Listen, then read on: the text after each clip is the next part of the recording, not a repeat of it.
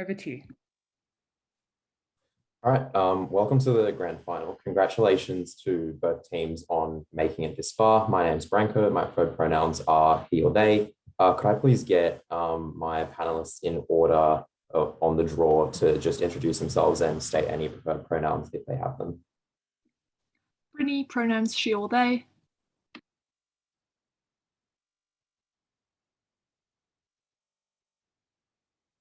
Sorry, Daniel, he or they. G'day, I'm Rob, he. G'day, I'm Tom.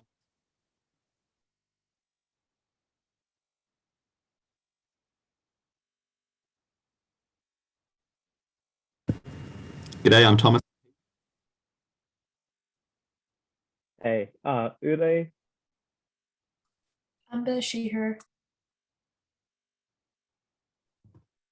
All right, lovely. I'm gonna, for the timings, put signals into the chat. So 6:08 and 8:30. If you get there, please don't speak over 8:30. Could I now get the teams in order to just introduce themselves, the speaking order, and also indicate any preferred pronouns? Yeah, so I'm Rose, first AF, and my preferred pronouns are she, her. Sierra, second AF, preferred pronouns she, her. James, third, he or they. All right, and next team. First speaker, Eugene, he or they, thanks. And the second speaker, Anna, she or they, please. Mark speaking third. All right, so the motion for this debate is that the feminist movement should support the narrative that beauty does not matter over the narrative that all bodies are beautiful. And we got the vetoes earlier, I believe. Could I just get the teams to confirm that the AF vetoed the top one and neg vetoed the bottom one? Yes. Or was it the other way around? All right, easy. All right, if there's no further questions or anything, could I please get the first feminist speaker to kick off the grand final? Here.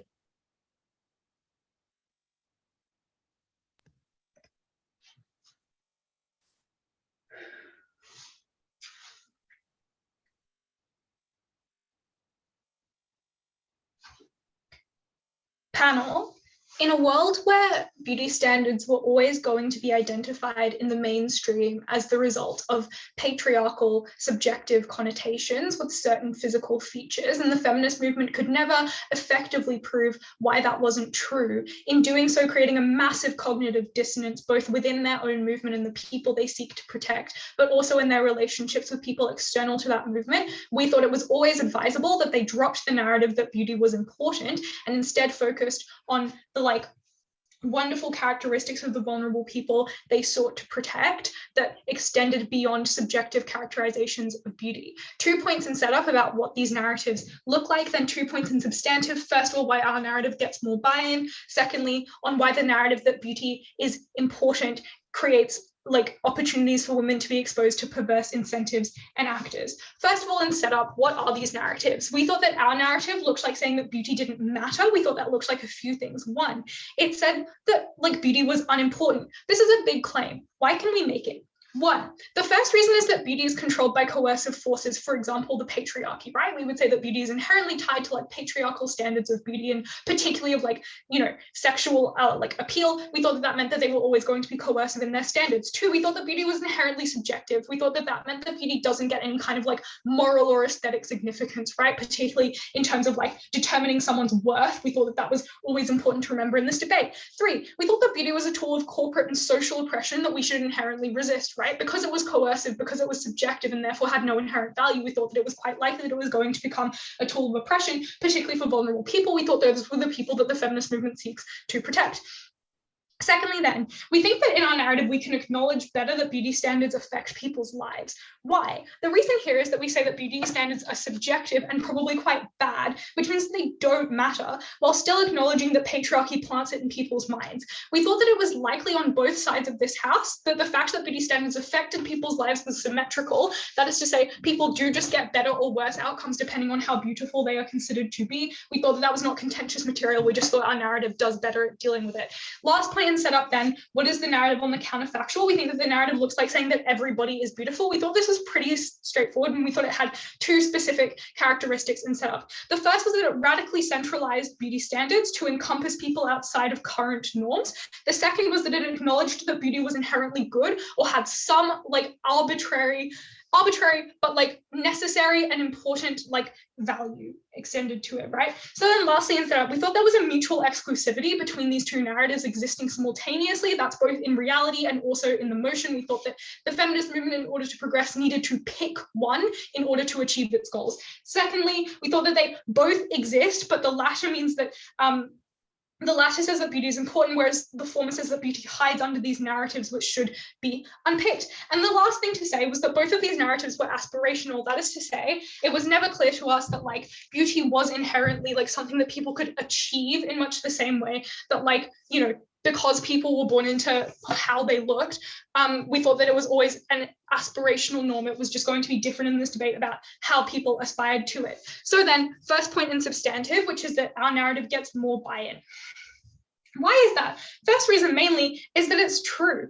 And there's a couple of reasons under this. One, beauty is a collectively and coercively controlled thing that is controlled and perceived by the masses. That means it's quite likely, that means that it's not particularly important. We thought that this was opposed to, secondly, this narrative that everyone was beautiful, because insofar as beauty was controlled and perceived by the masses, we didn't think that it was likely that everyone was going to be considered beautiful, but we also didn't think that that was likely to be that important. Second reason here, why does this matter? One, we thought that this was likely to increase a great deal of cognitive dissonance. We thought that was going to largely eventuate in terms of like feeling what it was like to not be attractive, even if you were being like told this norm by the feminist movement. We thought there were massive harms here, speaker.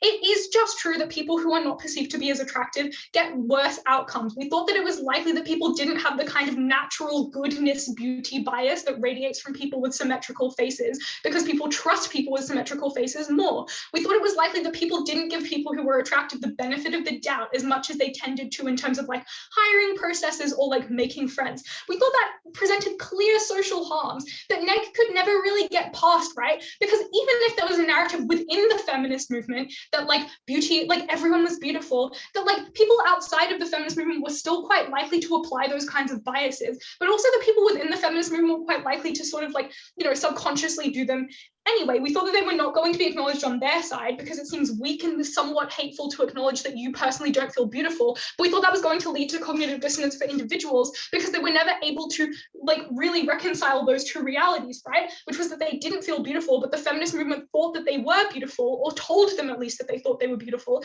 And therefore they didn't feel they could actually reconcile those two realities within the feminist movement. We thought that meant they felt less represented, less protected by the feminist movement as a whole. Second harm here is that you become a sitting duck for right-wing attacks. We thought that was likely to come in the form of like the memes that happen on like Reddit and TikTok, where someone will say something like, oh, the feminist movement wants you to think that this woman is beautiful. We thought that that was likely to have two key impacts. The first and most important one is trauma. It's absolutely horrible to have a picture of you or someone who looks like you go around on the internet and be ridiculed because it seems absolutely impossible that the feminist movement told people that you were meant to be perceived as beautiful. We thought that what this basically did, right, was it set up clear targets for the right wing, but also for just like 14-year-olds on the internet to be really horrible to people who were not perceived as being beautiful. We thought that had clear harm to the most vulnerable people within our society, particularly people from racial minorities or people from diverse gender backgrounds. But secondly, the impact here was that we thought it largely discredited feminism to the right wing, and it enabled them a specific avenue to say that feminism was hysterical, or even that feminism was largely concerned with things that weren't that important, i.e. saying that everyone was beautiful, rather than getting like actual structural changes for oppressed people, particularly for people who identify as women. We thought that that meant that if you could then discredit the feminist movement while causing massive trauma to people who were within it, who had never asked to be identified as beautiful, who had only ever asked to be protected, then we thought that meant that you ultimately discredited feminism overall. Last point in substantive here, how this opens women up to perverse influences and incentives. The first point here is that it's quite likely that these kinds of narratives can be co-opted by people like big pharma companies. Why was that? It's because they have a massive level of they have a massive female consumer base and they're largely beholden to women. What was that likely to look like? It was likely to look like a palatable version of all bodies. It was likely to look like being told that while all bodies were beautiful, there were still some bodies that were even more beautiful. And if you were going to want to achieve that level of beauty because the feminist movement had assigned a level of normative moral impact to it, then that meant that you were likely to want to become more beautiful. Maybe that looked like diet pills. Maybe that looked like getting surgeries that you didn't need to get, speaker, but it was never clear to us that those kinds of incentives didn't exist on the neg side, because even if you tell all women that all bodies are beautiful, it wasn't clear that you could ever tell women that all bodies were equally beautiful. But secondly, we thought that this was quite likely to look like, for example, plastic surgeons recommending things like Brazilian butt lifts, right? Which is where we see like the plus size all bodies are beautiful narrative become massively co-opted in a procedure that's incredibly dangerous, incredibly unnecessary, but also incredibly unrealistic. We thought that at the end of all of that, that narrative had been sufficiently co-opted to say all bodies are beautiful, but here's how you make your body even more beautiful. Speaker, we thought that meant that people got far worse outcomes on the neg side. Lastly, though, we thought that it silenced people because they didn't feel they could talk about their experiences because of the cognitive dissonance I talked to you about earlier. They felt excluded, and they also lacked the ability to intersectionally interact. For all of those reasons, because we got better outcomes for women across the board, we were incredibly proud to propose.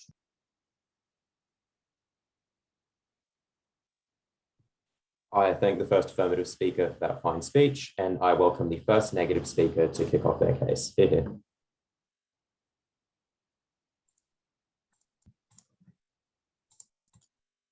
Just double checking I can be heard. Yep, you're good.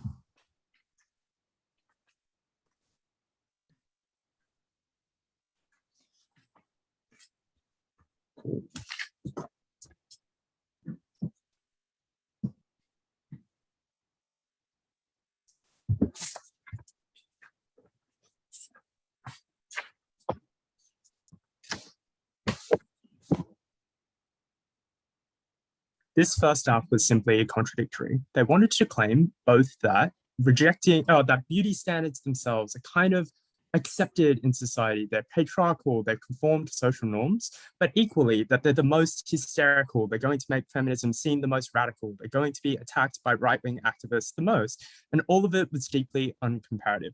Because of course, if you're concerned about right-wing attacks, you're equally going to get attacked by right-wing people who now put up your face and say, this is the person that believes beauty doesn't exist. Of course they would, because they are ugly. It seemed deeply unclear that it actually was the form that was more accepted in society. I'm going to do three things in this speech.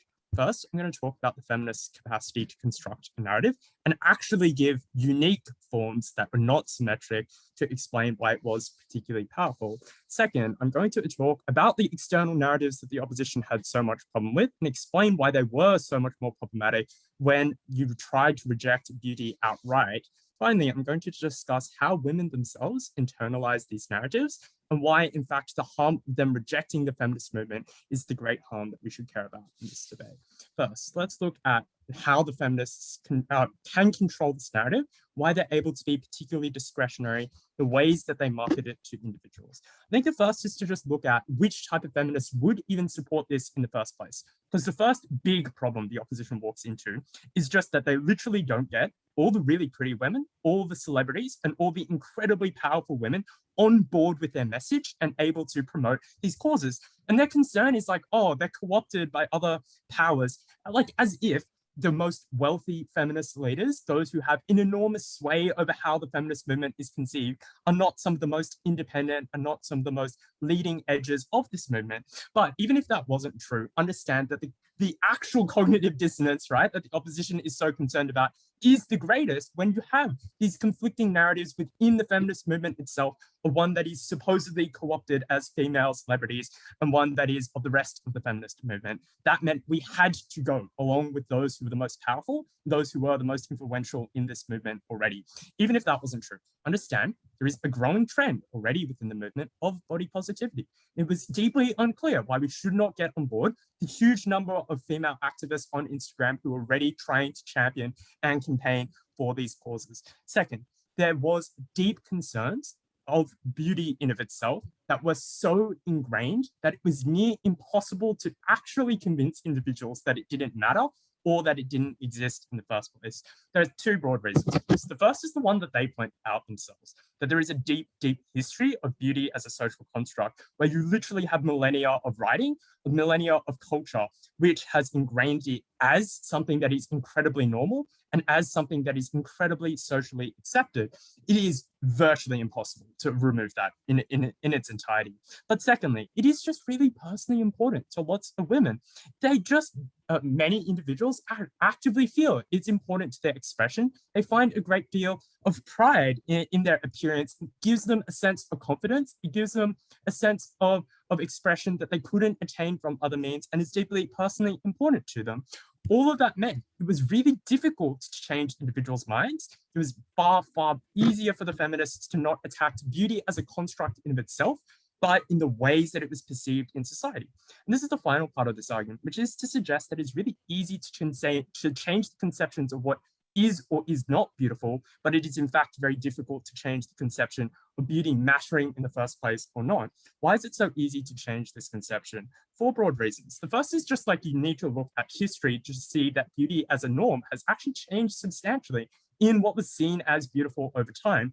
And I think immediately we have suggestions that women can just point to different points of history to suggest that individuals should feel okay with different forms of body norms that were accepted at different points in the time in the past. But secondly, there is an expansion in the diversity of influences, particularly to the extent that influencers wish to differentiate themselves from other influencers, means that we often get forms of influencers who do have degrees of skin conditions, who are plus size. And what that means is they form active role models to broaden the inclusivity of what is considered beautiful. Thirdly, I think you just, for similar reasons, get a degree of celebrity diversity, particularly to the extent that historical barriers on becoming a celebrity are beginning to break down, to the extent that the younger generation, which is particularly woke, is beginning to control and influence that sphere. And finally here, I think that just we need to point to the reputational harm of historical kind of beauty norms, right? Like if you set yourself up with a whole bunch of all-white celebrities or all-white models that is seen as particularly distasteful,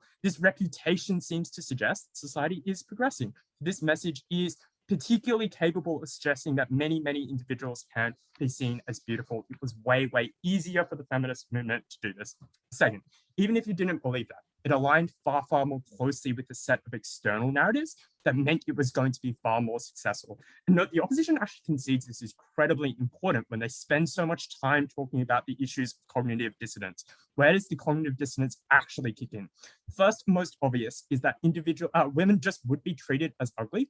Like it just affects them to the extent that they can see the way other people look at them, can see the way other people talk about them. But even in just your day-to-day life, when you talk about fashion, when you talk about celebrities, there are consistent reminders that beauty matters, that beauty plays a role of your reputation or your status in society. It's incredibly difficult not to interact with that. But what is so much easier to not interact with is an objective black and white conception of what is or is not beautiful, to the extent that the paper is often left quite open, that there were many different friends or individuals that you could talk to that would have widely diverse views on what beauty is, meant that whilst you had the external pressure that beauty mattered and existed, you did not have the same external pressure that there was only one objective form of beauty that was legitimate. Second, there was a set of corporate messaging here, which was potentially pernicious, but existed in the world regardless, that we could not entirely attempt to go against because it did have large implications on women. It meant that women felt like they, well, to some extent, needed to buy beauty products, etc.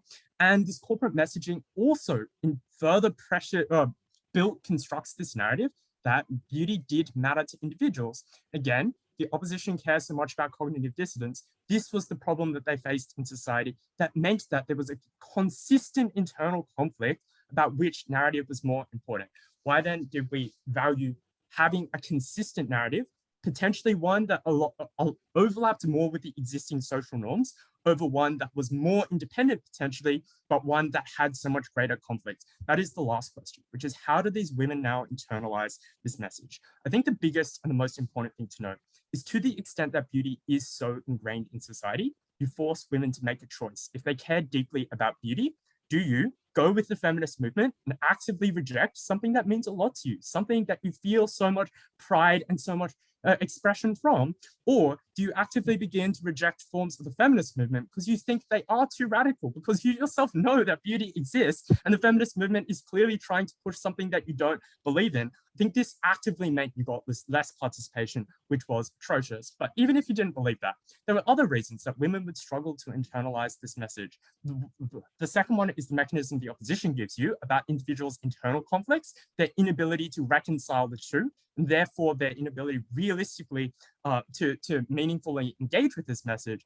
And I think the final one here is that it's a particularly appealing message. It tells individuals that they are beautiful. And that is one that is very positive, not that this doesn't matter about you, but is one that individuals find they can be proud of. That was why there was a clear set of benefits, clear set of problems we thought opposed.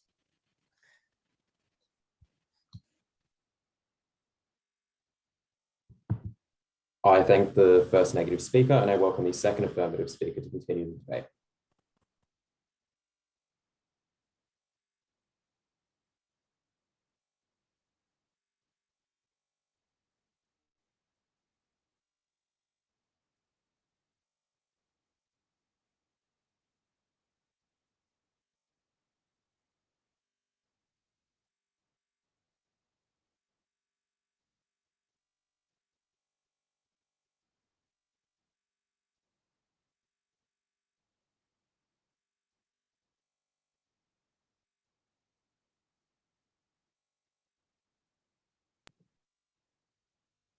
I think it was incredibly problematic that at the end of that speech, it was really clear that they had never contended with the characterization that we wrote.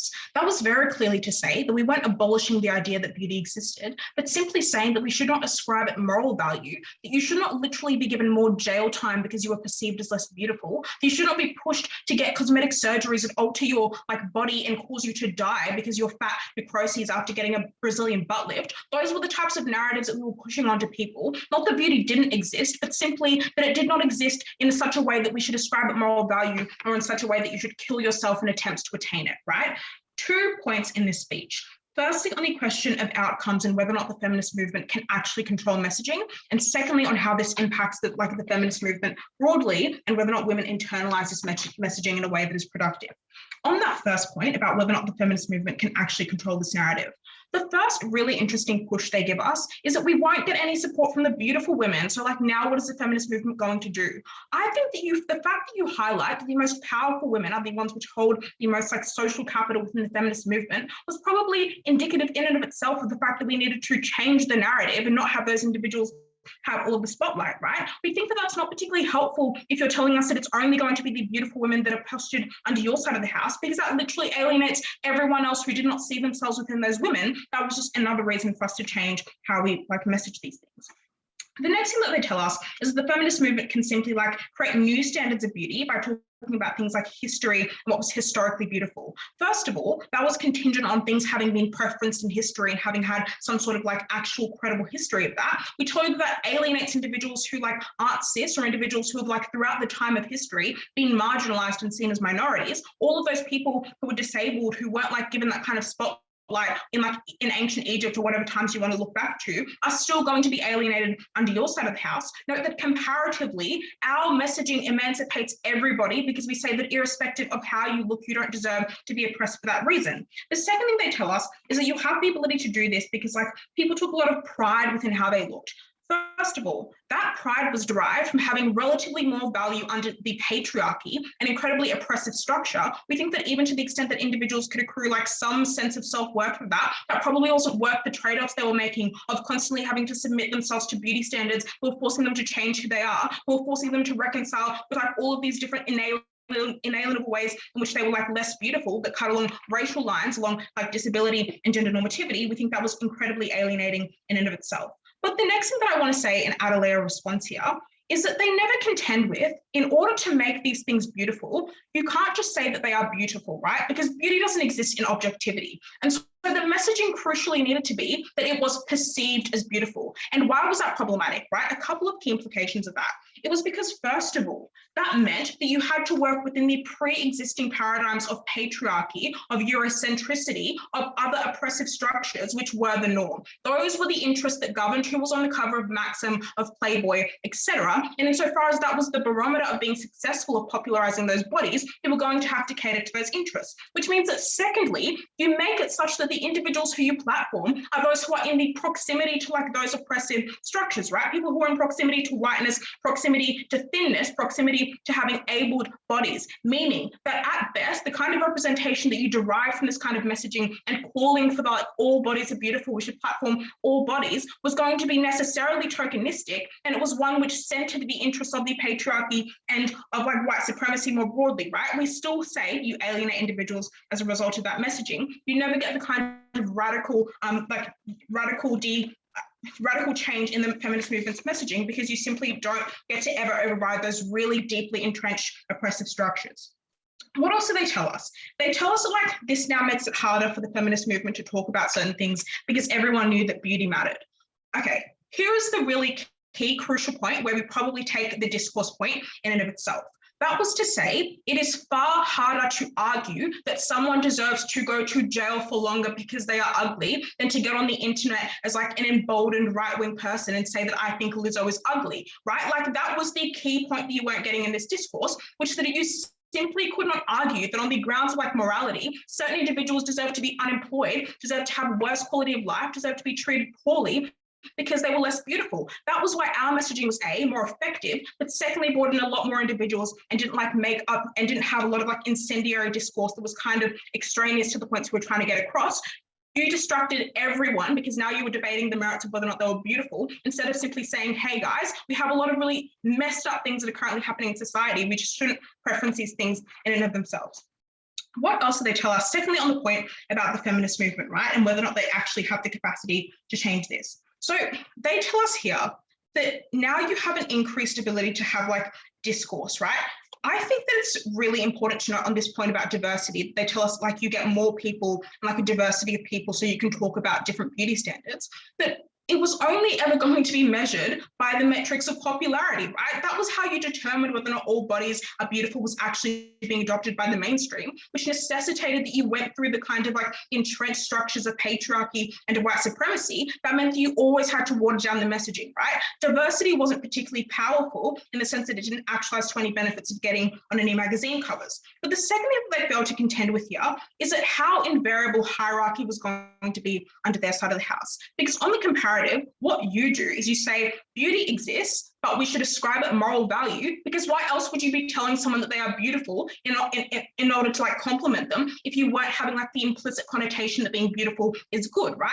That A means that it's much harder for individuals within the feminist movement to talk about the way in which like the intersectionality of their beauty and other parts of their identity, like their race and like their ability, right? Because that means that now at the point at which you're like voicing those grievances, you have to say, maybe I'm not beautiful, but like that doesn't matter. But at the point at which you do that, you alienate everyone else in the feminist movement who's been told all bodies are beautiful, and the kind of response you get is a kind of tokenistic response and a very insular level response, which is to say, no, you're beautiful, right? All of those things are just completely replete with platitudes, and they don't change the fact that every time you get on an airplane, you are body shamed, you're treated worse, you're literally made to feel so indignified you don't feel like you deserve to exist or breathe the same air that other people breathe, right? They never address the core issues that structure the core of how people were affected by these issues. You simply have the kind of like a band-aid cover of, no, you're beautiful, don't feel sad. That was absolutely pathetic in terms of actually emancipating anyone from the oppressive structures of beauty.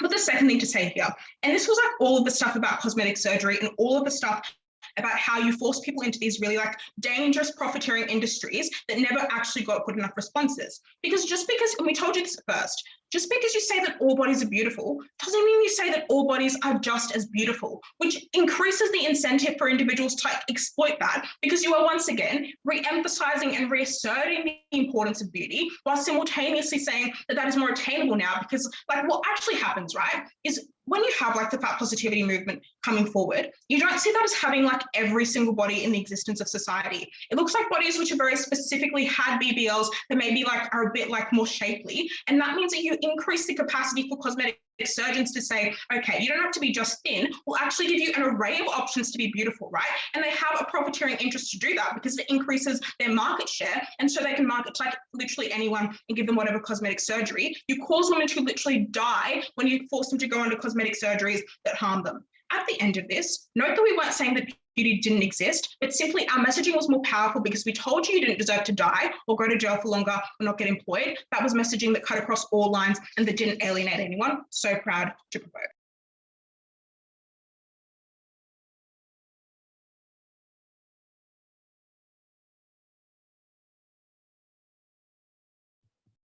Thank you to the second affirmative speaker for that speech, and I welcome the second negative speaker.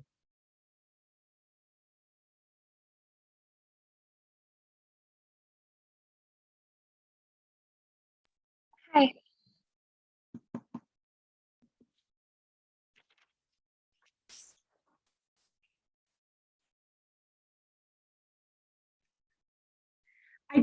Starting my speech in 3, 2, 1. I don't think there are any women in the world that think they don't deserve to be employed because they are not pretty enough, that they don't deserve to live nice lives because they aren't pretty enough. What I think women do feel, however, is that nobody will love them because they are not pretty enough, because, because when people tell them that beauty doesn't matter, those people are beautiful and they don't understand what it feels like. That's something that's improving with the body positivity movement. And the way women feel is something that the feminist movement can actually target, because let's be real, the sort of people that are telling women that they are not they deserve to live worse lives because they aren't pretty, aren't people who the feminist movement is ever going to reach. And they certainly will not listen to them. For these reasons, the all bodies are beautiful movement is clearly the one that is able to include more women. It is the one that is the narrative that is able to be the loudest and succeed. In this speech, two things. Firstly, on which narrative is more likely to succeed, and secondly, on which narrative we think is better. Firstly, starting with the success of the narratives. And this is important because perhaps we could argue that we would accept some trade-off and benefits of the narrative in order for it to be something that every single woman believes, or as many women as possible buy into. We have given you several good reasons why why the all bodies are beautiful rhetoric is much, much easier to buy into. That's because pretty people or rich and famous people have no incentive to spread the narrative that beauty doesn't matter, because a lot of the time they literally make all their money from beauty. For example, TikTok stars, be it them sometimes actually fairly diverse, make all their money from looking cute and doing nice dances. That's something that can't be taken away from them, and which they had no incentive to share. Compare that to our side, in which influencers are able to share positive message and nice infographics on Instagram telling people about why their bodies are beautiful. The opposition said that because these famous people have such control of the narrative, that is more reason to change it. I'm not really sure how they're going to change it, because this certainly won't change it if these people won't buy in, and they've given us literally no reasons to tell us why they would. So I don't think this argument makes a lot of sense. The next thing we told you is that standards are so ingrained that it means it is very hard for people to believe they're not beautiful. They tell us that it is a tokenistic response to say to people, oh yes, you actually are, don't say you're not beautiful, you really are. Well, I think it is an even more tokenistic response to say to someone, if you say, oh, I don't think I look pretty tonight, to say, oh, that's okay, other things are more important. Imagine hearing that. That's so upsetting. And it just makes you feel like you've already given up. Notice also that this message is a lot more powerful on our side, because the way it actually manifests reality is that in plus size models like Ashley Graham and influencers who look like you are telling you that you are beautiful, and that is meaningful, and that is not tokenistic. The third thing we tell you though is norms change throughout history. So it becomes easier to tell people that, you had a hot body in 2003, you're probably going to have a hot body in 3 more years. And we've told you that influencer culture makes this a lot more accessible as well, and that fashion companies are totally cancelled if they do not have diverse models, which is really excellent. But also the important part of this is that the message is a lot more positive. It is something that people can enjoy buying into. It is something that people want to share on the social media, not nihilistic, oh, beauty is a construct that nobody should buy into. That's something that's deeply depressing. And as someone that likes dressing up and putting makeup on, many women, I think that is something that would be kind of sad to buy into and not particularly compelling. So the other thing the affirmative tells you here is that it is easier to tell people you shouldn't treat women worse because they are ugly. And I think because they're not considered beautiful, because I actually don't think any woman is ugly, and I don't think anyone in this audience here could name a single female friend they have and consider them ugly, which is another reason why I think this narrative is actually a little bit more easier to buy into. But let's look at this line of argument, because firstly, I think, who actually believes this? Like, are there any women that actually think that other women who are ugly deserve to not get employed? I just think this is a narrative that exists, and it's called decency, and it is something that people already care about. The real problem behind, like, the issue here is that there are, you know, interviewers with unconscious biases against women. I don't think these are people that the feminist movement is going to reach, and I certainly don't think by, you know, within the feminist movement spreading the message that you know, beauty doesn't matter is going to really convince these people. If this is the only benefit they can claim, it's very marginal indeed. But secondly, I think the role of the feminist movement is to try and reach out to the people that listen to it, i.e. women who buy into it. And I think that they can actually control how women feel. And that's because of the reason, like, you know, that the all bodies are beautiful movement is much easier to buy into. And so I think this actually changes women's minds. I think the benefit they tried to prove is so extremely marginal in this debate that clearly we win already. But secondly, let's look at the actual impacts of both of these narratives. And here I think a lot of the opposition's material is like pretty symmetric. So let's look at what they say. Firstly, they tell us that there is cognitive dissonance because people tell you you're pretty, but you feel like you're not. Okay, so they say that, so like, as I said before, just compare this to a very pretty person saying to you that it's okay, beauty doesn't matter, it comes from the inside. Clearly that is much more upsetting and far less compelling. You are unlikely to believe them if you see them as pretty. But also I think that a characterization of how it's on our side is incredibly uncharitable, because you are hearing that your body is beautiful from influencers that look like you, from the fat positivity movement, which includes a lot of fat people. Of course, if you have an annoying skinny friend that tells you things, it's always going to be annoying under both sides. But on our side, at least, there's the capacity to feel like you're beautiful from someone that looks like you. The next thing they tell us is that beauty is aspirational. Under our side, it encourages women to get surgery. I firstly think this is pretty symmetric, because under both sides, it's unlikely that pretty people will buy into this. So there will always be some people who are the pinnacle of beauty. But on our side, for reasons I've explained, I think pretty people are more likely to buy, like famous and pretty women are more likely to buy into it because it's a positive message that often will work very well for their brand and work well for inclusivity, but also something to, I'll come back to that later. The third thing they tell us here is that the pride you receive from looking beautiful and dressing up is derived from the patriarchy. Firstly, I think this is completely untrue. Increasingly, there is more pride in diversity of looks and a diversity of expression of your personal interests, fashion, and beauty. This is incredibly true, like in non-Western centered in non-Western countries as well, where you can get pride from, you know, dressing up in cultural dress and so on. But secondly, I think it is better to have this pride, even if to some extent it is impacted by the patriarchy, than to abandon your access to beauty at all and participating within it and your access to that pride. If dressing up and to go to a festival or dressing up for a wedding or for a holiday makes you feel good and beautiful, clearly you should be able to access this. Note also that it is, less stereotypically pretty women that are locked out of this on the with the opposition's narrative. We also tell you though, when you do feel beautiful, you're now forced to feel guilty about it in those like moments where you dress up and you feel really lovely and you look really good and you feel hot. That is now something that you feel like, oh, I'm very superficial and I've been buying into the patriarchy. What an awful thing to feel. And that's something that the feminist movement guilts you into. On our side exclusively, it doesn't matter what you were feeling. The feminist movement is just trying to include everyone and make you feel good. You are not shamed for what you're feeling. This narrative is far, far better.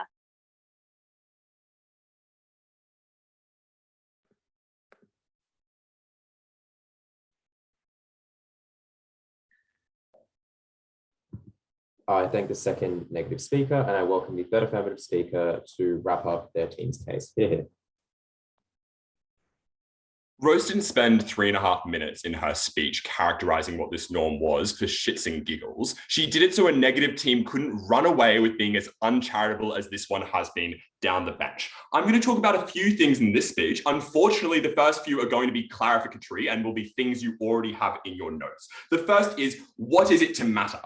Because we were not saying that beauty did not impact your life. We were not saying that you would be perceived as not, that no one perceived beauty. We did not say any of those things. We did not say to your friend, nah, babe, like, I think you're ugly and thus beauty should matter. We talked about what the feminist movement should say in general, and we gave you reasons, not just how we would do it, but reasons why to unpick beauty, you needed to address that it was subjective. You needed to address that it was patriarchal, and through that you could find power, through that you could find succor. For them to take this debate, they needed to prove that they were going to be able to change beauty standards. That's lacking in the analysis department. All we needed to prove was that we reduced the harms of their norms, which remain established. I'm going to talk about a few different things. The first is on wealthy feminists and the feasibility of this, what it actually looks like. Then on messaging, and then thirdly on extraneous harms, which have been unresponded to thus far. Firstly, on wealthy feminists. This is a shoulds motion panel. I'm sure you all know that. We're talking about what it would be better for feminists to do. If I thought that it was better for feminists to be racist, I could say that. Obviously it's not, but it literally doesn't rely on feasibility of feminists wanting to say that thing. It would be better if they were to. Note that as well, most women today, especially the ones that have capital and political capital, identify as feminist because of the ubiquity of that term, because it was how they got power in the first instance. The next thing to say is that pretty people can acknowledge that there are harms that are accrued to those who are considered normatively ugly. Rose and Sierra did this in their speeches, but note as well that I think that they also face some harms from being beautiful. Perhaps Rose's speech was ignored because she was beautiful. Regardless, I think that they can engage with this debate. Charitably, even if that was the motion, which it's not. The final thing to say is that their norm entails a level of mutual exclusivity, because you can't say that beauty doesn't really matter if everyone is beautiful. Whereas when you say beauty doesn't matter in the way in which we do, you can still get confidence and appreciate having style. You can still support your friends. You can still enjoy fashion and aesthetics. You can still enjoy things that are outside of it. And also as well, I just think, like, obviously we're not saying that people should say to your friend, like, oh babe, like, actually beauty doesn't matter, so don't worry about that dress. Like, it obviously looks like saying things like, if you were going to respond negatively in that situation, I don't think we should be having this conversation, because think about the people that it excludes. Second point in this, so note that after those like just points of clarification, most of their material falls out because they strawmanned Rose and Sierra from the beginning. Second point in this speech on messaging. I'm going to clear up a bunch of things here as well. So the first is to say that we heard from side negative that, oh, no, beauty is so strong that you can't possibly say that it doesn't matter. We weren't saying what doesn't matter. We were saying that it was unimportant and devoid of moral value. Let's pretend that that response doesn't take it, which it absolutely does. Note that there is a difference between thinking something and feeling and knowing it. That was where cognitive dissonance came from. Because although I could think I'm beautiful, I could still feel that people don't really look at me in rooms like they look at beautiful people, that people don't really want to speak to me and that they look over my shoulders, that people don't want to accept me. That is what caused that harm. But also it's like just insofar, like, yeah, so that stands.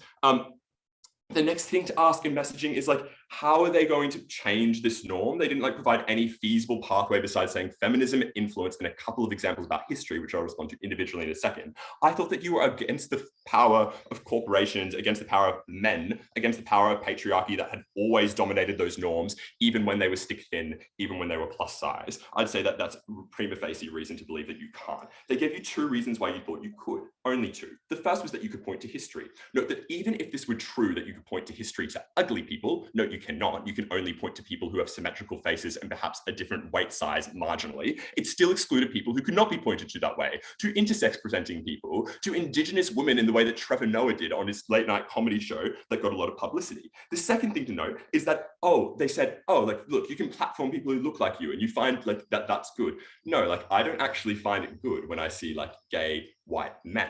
And the reason that is because they're more beautiful than me. Beauty was a relative metric, which you could still feel bad about even when everyone was beautiful. Moreover, if you were fat and someone fat was on a billboard, it was not going to make you feel good unless you literally felt that they looked like you. I thought you were always going to have that incentive to put the symmetrical face, actually just well-proportioned version of whatever movement it was up on the billboard when people had an aversion to ugly people, but also had an aversion to discussing that maybe that aversion was a problem. And that was the norm that we thought we could realistically stand behind in this debate. Note that the impacts of this are quite severe, because it means that if you feel like you are silenced and looked at weirdly at pride because you don't have a stick-thin body and instead have more hair as a woman, you can't talk about that. The response that you get is, no, babe, you're beautiful, but you know others don't think of you in that way. You know it because it's obvious. You know it in the same way that despite second negative's assertions, we can all judge everyone we know based on how attractive they are. are. We know that people are more relatively attractive than each other. That is something which presents itself to us when we see them. Acknowledging the harms that can accrue for this are the only way that we can protect the most vulnerable who are left out. This narrative has precedence. We can theatre it in. The narrative has precedence in people like Amir Srinivasan bringing those conversations to the floor in this way. When you said bodies are beautiful, you had to contend against the power of the truth. You had to contend against the power of the patriarchy. You had to do it with the two mechanisms they gave, which I responded to. But note then that it sucks. It sucks to not be attractive. It sucks to be treated as if you weren't attractive. No amount of confidence, no amount of tricking yourself into thinking that you were attractive, even if that was feasible, even if you could go against the evidence of people looking at you and the vitriol spewed at you from the right wing, even if you could trick yourself, it was still going to materially suck. Note that no one went up to ugly people and said, hey, you should go to jail. This was just in the way that you were treated on your day-to-day, the way that you saw yourself represented. We've all experienced it. We all know exactly what this is. Don't let negative get away with squirreling this. They can't do anything ascribe value from beauty. That is why the things that brought beauty and the things that invited comparisons between you and those who are more beautiful were always going to get significantly worse. At that point in time, because we had a sophisticated narrative that could unpick why it was we were valuing these things and could actually address some of the harms, even just to bring them into the discourse, that got us ahead on narratives. It got us ahead especially so, given that they didn't address the realistic version of our case, our case from Rose, whereas I've given you responses to their flimsy mechanisms. At the end of the speech, final issue on extraneous harms. I've told you that people are excluded. I've told you that they are silenced. Those things came out from down the bench. You have cognitive dissonance because the difference between your body and mind makes itself apparent in the way that you feel. But there were two more that were quite harmful that didn't get significant enough responses from first or second. The first was that right-wing people were going to lambast you, and this was going to discredit the feminist movement in general. The flippant response we get at first is, no, they can still say, this is the person who says beauty doesn't exist. Well, that's not what we're saying, so they can't do that. But also note that when you think beauty doesn't matter, that is something you can fall back to. That is a rallying cry. That is something that is empowering because you can find confidence in other ways, because you can know that you are striving against a common enemy of the patriarchy and you are striving for those who are oppressed. That's why that response was insufficient, and we need to hear about it from Rother. The second thing was about corporations. Their responses, fine, mitigatory. They still don't get over that because, hey, like, babe, like, you're beautiful, but you could be more beautiful. I think you should get that tit job. Men say that to women. Corporations say it in the advertising that they do. When they sell you expensive plus size lingerie, when they sell you makeup to your body tone, when they further invite comparisons between people who have more capital and more wealth. This norm was a disaster for women, which is why we saw it changing in the status quo. If you engage with the notes from the first speaker and second speaker of my team, I'm sure we will win. Proud to propose.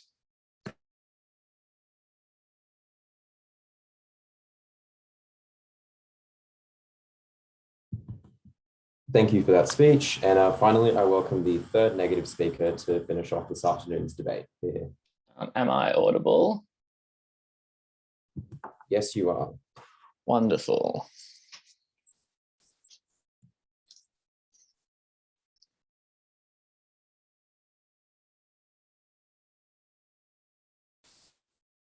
All right, starting in 3, 2, 1.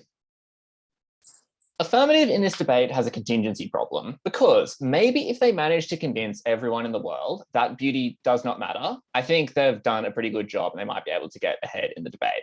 The big problem for affirmatives, they don't really persuade anyone to begin with. And so even if it's the case that on our side, beauty is quite an undesirable norm, and there are certainly things to be criticized about it, that doesn't really matter if our message is one that reaches a vast number of people, that changes their opinions for the better and actually manages to do something. Whereas on their side, if they're just doing like, righteous communication between a very, very tiny group of feminists, that doesn't really accomplish anything. This is about actually getting goals because, I think feminism should actually try to do something in the world. So 2 things in this debate. First of all, who actually is able to effectively spread their message? Second of all, which message has more preferable content? On the first, affirmative basically does their problem setup far too effectively in this debate because they point out that the entire press is incredibly patriarchal. They point out that high profile people are very conventionally beautiful. They point out that even outside of the establishment, TikTok stars, Instagram influencers, etc., they are all very beautiful. And so it is quite unclear exactly how it is that they are going to spread this message so far, when all of these people have very strong material interests in terms of preserving the idea that beauty is important, in terms of preserving their advantage. They say, of course, they have fiat, so it's like, oh, suddenly everyone's going to be doing this. But we think there is some difference in conviction, right? You can imagine that if on our side, they are able to spread this message far more effectively because they want to do it and in a way in which they truly wholeheartedly believe, whereas on their side, it is done far less effectively. But also you can imagine, for instance, suppose all the feminists did start saying this, well, then the people at Vogue are simply going to take a far less feminist stance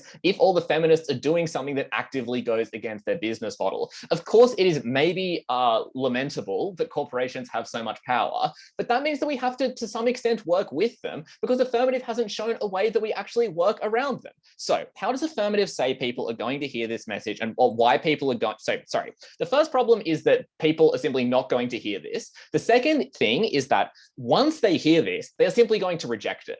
Affirmative says they're likely to accept it for two reasons. The first is that it is simply true. Well, riddle me this, side affirmative, but if beauty doesn't matter, then why did you veto the first topic? Because if so, that would be really easy to affirm. But also, we would point out that most people simply, most people simply don't think it's true. And so even if this is something that is true in a very, super metaphysical sense, people simply aren't going to take it as that. Like, for instance, how I think you can make a pretty decent argument there is no inherent value in pleasure, but you're still never going to be able to persuade anyone of that, simply because it is something that is very deeply rooted within people. Second of all, I say people are likely to believe it because they really want to believe it. We think this could not be further from the truth, because I think almost everyone, even if, you've got like a bone structure like old man Mark Rother over here, like there are some moments where you did feel good about yourself and you sort of want to chase them. You do want to look better. And there are certain cases where you are actually confident in how you look. And the problem here is that feminism tells you that you were wrong to do that because you were doing something patriarchal. You were doing something evil. You were putting behind all of those other people. And so what it does is, for instance, it says that you did wrong when you did that. It said you should not do that again. It turns feminism into basically a killjoy that people simply don't like. But also we would note that on their side, people are still putting on faces of makeup when they go to job interviews or whatever. The difference is on affirmative, when they do that, they have that thing in the back of their head where it's like, oh, the feminists wouldn't approve of you doing this. Whereas on our side, they get a more sort of like, hell yeah, or whatever. And so we think on those grounds, their message is something that people likely disagree because they feel that it criticizes them so much, because it creates a feeling of guilt, because it simply does not empower them and lacks a sense of positivity. And that means that firstly, people aren't going to hear this message. Second of all, even if they do, they're going to reject it. Compare this to the negative, where you have a number of beautiful people who are very happy to spread this message. We have corporations who are more than willing to spend a lot of money spreading this message, where there are beauty norms that are very malleable. Of course, they spend ages on this subpoint of a subpoint about history, but it's like, the point is that beauty norms really change a lot. Like, if you look at like how models looked in the 2000s, like in 2008 versus how they look now, the change is enormous. And we think it is very malleable, given just how democratized certain parts of the media are, that you actually can change. And we spent a lot of time mechanizing this. I don't think they can just say our mechanisms and say, oh, they didn't mechanize it. Like, we really did. So you can change it, but also it is a message that people are willing to hear because it actually affirms them, because it actually says that you can own your look. It is a positive message and so on. Of course, on their side, they say, oh, well, people who feel bad aren't going to accept this because it's like just like an empty, dull platitude. If you're like, oh no, you're so pretty, it's like, that's symmetric if people are going to put no effort into trying to persuade people. Hearing, oh, you're so pretty, or actually beauty doesn't matter. It's like each of them sounds like kind of low effort copium. And so that's actually quite symmetric. We think this is a more positive message. It is one that accords better with people's current values. It is one that is more able to spread through the media. And so what that means is, on our side, people actually get this message. So what this critically means is that this is more likely to get people simply on board with feminism to begin with. It actually grows the movement. And I don't want to say manpower, effort which can be put towards other causes. Whereas on affirmative, either feminism is not listened to, or it is listened to and people be like, damn, what a dumb enterprise. And it's worth noting that feminists simply don't have the luxury of pursuing every single just cause. They have to choose their battles. They can't go after everything. I think negative gives a somewhat wiser path of action. So now let's turn to the content of the message, because affirmative basically says there are a number of objectionable things about beauty. The first thing is they say that it is patriarchal and it's sort of constructed in a way. It's like, so too is monogamy and certain concepts of things like bravery or selflessness being influenced by Christianity or whatever. But the point is that beauty is not irredeemably patriarchal, and it can be reclaimed in productive ways to make people feel better, to mobilize them, and so on. It is just like how race, for instance, is problematic and has an incredibly awful history. But the thing is, racial pride is okay because it is an idea, it is like a positive force that actually manages to mobilize people for something. The fact that, for instance, slurs have a very bad history doesn't mean that their reclamation can be something that pushes people forwards. The next problem they say with beauty is that beauty is comparative. And what that means is that you can see people who are more beautiful, and so you're going to try to be more beautiful. This drives things like, what is it called? Plastic surgery and things like that. The problem is that this is symmetric because both sides, assuming they can convince people of this idea, will decrease the number of people doing this. Because if affirmative convinces someone that beauty doesn't matter, of course, that person's likely not to get plastic surgery. If side negative convinces that person that they are beautiful to begin with, no one is like, I'm already incredibly beautiful, but I would like to increase my beauty by a factor of n. Therefore, I will get plastic. It's like, no, you only get it if you do feel like quite bad to begin with. And so what that means is this idea of like plastic surgery and people wanting to be more beautiful just reduces to the previous clash of who can reach more people and who can persuade people of their message, which side negative has already won. And so that means that we actually sort of get rid of that. And then, so basically also at the end of this, it is like a difference between if someone believes that they are beautiful, they are far more likely to feel good about themselves, to own their appearance and so on, and be far more confident in public. If they simply believe that it doesn't matter, it is a far more bitter pill. It is far less productive. So what that means is, on negative, we have a message that is better for people to hear, that is more empowering, but also people actually hear it to begin with, which is the crucial prerequisite, which affirmative never delivered. That's why negative's ahead.